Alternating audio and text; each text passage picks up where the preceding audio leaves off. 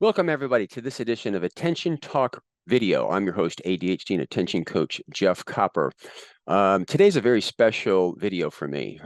It's the culmination of probably about 14, 15 years worth of work, and I've been given birth to what I would like to consider a new ADHD intervention. I spoke about this a couple weeks ago in a video, and some people said, just tell us what it's really kind of all about.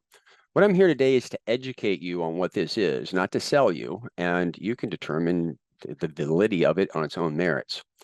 At the end of the day, when it comes to ADHD, we're really cognitively illiterate. We judge ADHD based off visible behavior.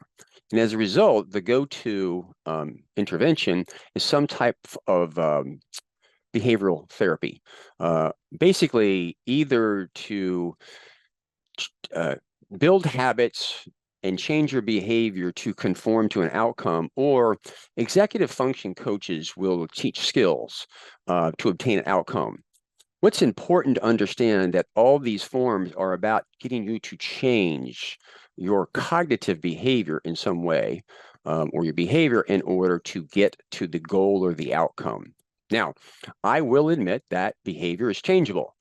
Certainly, we take our pets, dogs in particular, to behavioral training class to get them to heel and sit. Same thing can happen with humans. However, and this is important, I'm a big fan of Dr. Russell Barkley, and ADHD is an executive functioning impairment. I want to reiterate, it's an impairment. We can say it's different brain wiring. I guess it is, but at the end of the day, it's an impairment. If you don't want to acknowledge that it's an impairment, I think that you'll find that you'll be struggling for a period of time, but that's another issue. My eyesight is impaired. When I use glasses as an accommodation, I can see. I don't know how I say this, my blood pressure is impaired. It's high. I take medication. I have a thyroid issue. I take thyroid medication as an accommodation to live a fulfilling life and achieve my potential. So here's the point. Impairments have an impact on behavior. So behavioral training, in my opinion, has its limits. At some point in time, you have to accommodate the impairment.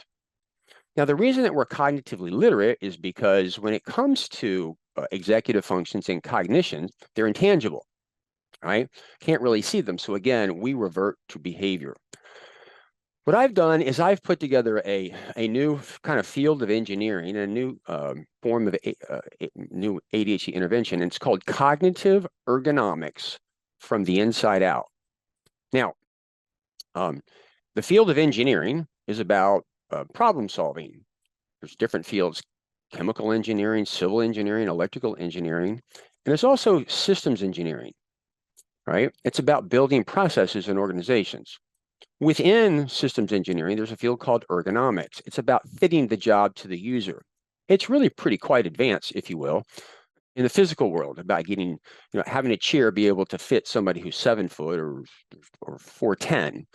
But when it comes to cognitive ergonomics, the field is quite primitive because of the intangibility of it. So with that being said, I want to pause here for a second and say, to engineer anything in this world, you first need to define what it is that you're looking at, and you have to have a means in order to observe whatever you've defined. Once Darwin came up with his theory of evolution, he then defined what we should be looking for, all right? And there's various things for us to do that. At one point in time, people were getting sick. We didn't know how to take care of them. It wasn't until we were able to identify what a virus was or bacterial infection. Once we defined what to look for, we had to have a means to see it, hence the microscope. So once you define what you're looking for and you have the ability to see it, now you have the ability to take a look at what's going on and problem solve. So if a person's sick and they have a bacterial infection, it might be strep throat, you can prescribe penicillin. This is a problem-solving methodology. What I'm here today is to introduce something that I'm excited about, and it's called cognitive ergonomics from the inside out. And I'd like to show you, if you will, why, what it's all about. I have a graphic that's up. If you've listened to this channel, you know I'm a big fan of Dr. Russell Barkley. I have found that his model of executive functions as a collection of mind tools, if you begin to understand individually and collectively and how they work as a process, he has precise definitions of what the executive functions are. And by studying it, have found that the model explains itself. Again, much of the content that you've listened to on my program has derived from that. What I've developed is something called Attention Scope. It's a collection of metaphors and experiences that I put people in, and they're designed to isolate and bring tangibility to the executive functions that Dr. Barkley has defined, right?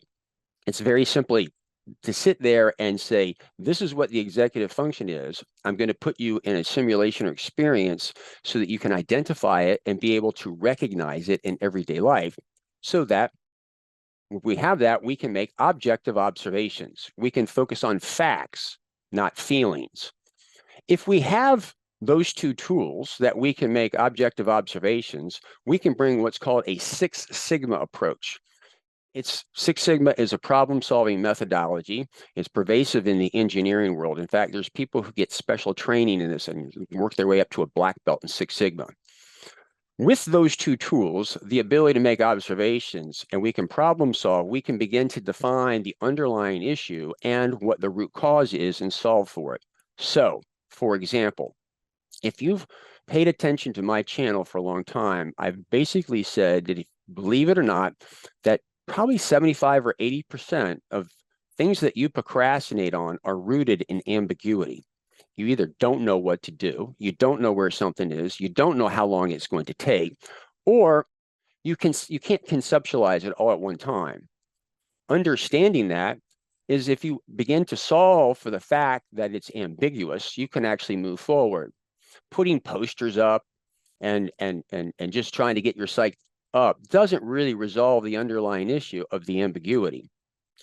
Furthermore, we begin to understand ADHD is more of a cognitive thinking impairment than most people realize. People with ADHD are as intelligent as anybody else. However, they struggle to problem solve inside their head. Anyway, what does this all matter? Well, basically, I just want everybody to be aware of this. Cognitive Ergonomics from the Inside Out is an observational training program offered on my website. Now, here's the thing. To become proficient at using Attention Scope, right? It's kind of like a radiologist. You have to go through specialized training to become proficient at reading MRIs, CAT scans, ultrasounds, X-rays, etc. Attention Scopes required specialized training for you to become proficient at its use. What's powerful about this is, if you understand these concepts, you can begin to see patterns in relationships and solve problems with this model that couldn't be done under the current way of looking at things. I'll give you a little insight. A lot of people these days are looking for tools. What you don't realize is most of ADHD is actually thinking. Tools don't actually do the thinking for you. They assist you in the thinking. A lot of times people are going through tool after tool after tool and not solving the problem because it's not getting to the core. They're there to help you think, not do the thinking for you. So who can benefit from this program? Well, I've had a number of coaches go through this, and they're very excited about it. It helps them understand what's going on behind the scenes. Therapists so far have really eaten it up. I'm looking for special ed teacher to take it who hasn't done it yet. Parents can benefit. And if you have ADHD and you're willing to go through the program, then it brings a level of awareness and a black and whiteness to this to be able to problem solve. Who is this program not for? Pretty simple. If you're dependent on the current understanding of ADHD and you can't let go, this isn't going to work for you.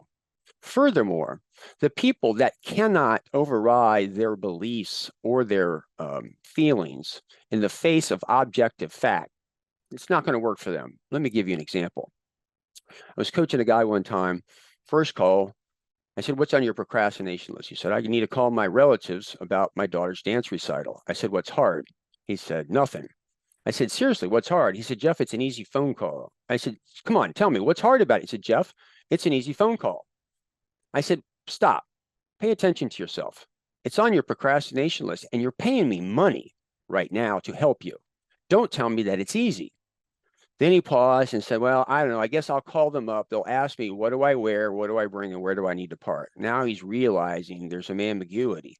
Now he's got to go back to his wife, and she's going to, "Can't you do this one more thing?" For the people that would go through this program where I can prove the legitimate reason why that phone call isn't as easy as they think it is, but they insist that it's easy, this ain't going to work for you. Because if you're procrastinating on something but you think that it's easy, it's self-evident that it's harder than you think, and you're not giving it the respect that it deserves in order to solve the problem. Needless to say, is this program has taken me a while to put together. Again, it's modeled just like an engineering program. What's unique about it is it's not cognitive ergonomics. It's cognitive ergonomics from the inside out, because the person has to be able to participate. Up until now, you couldn't participate because you didn't really know what you were looking for and you didn't have a means to do it. So cognitive ergonomics is a program. I've had 4 pilots, been pleased with the success. It's on my website if you want to go check it out at digcoaching.com. If you think this is a bunch of hooey, that's fine. But what I wanted to get on here is to educate you on what it's all about, and you can judge it on its own merits. If you're new to our channel, there's a lot of content on my videos that are all related to the concept that I presented. If you're an existing subscriber, I'd like to thank you over the years for your inspiration. Many of you have come to me and made posts like, oh my God, I was watching somebody else's videos, but you kind of get it. I can't tell you how much that means to me. And I got to tell you, most of that stuff is rooted in what I was doing in order to make this thing happen. And please comment or even celebrate with me. I have a lot of regular people that make some posts, and I love you guys out there. And again, some of your kind words has really motivated me through the dark times of trying to put this thing together. So thank you so much. If you're new to our channel, please hit the subscribe button.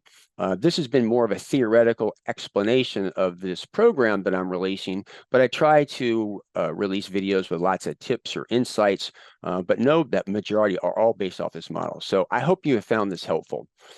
If you really like what I do, I certainly appreciate a contribution by hitting the thanks button. All of Attention Talk Video is all supported just based off of my pocketbook and a little bit of money that I make off of Google advertising that doesn't cover it. So I really do it for you. With that, we hope you've enjoyed this edition of Attention Talk Video. Take care.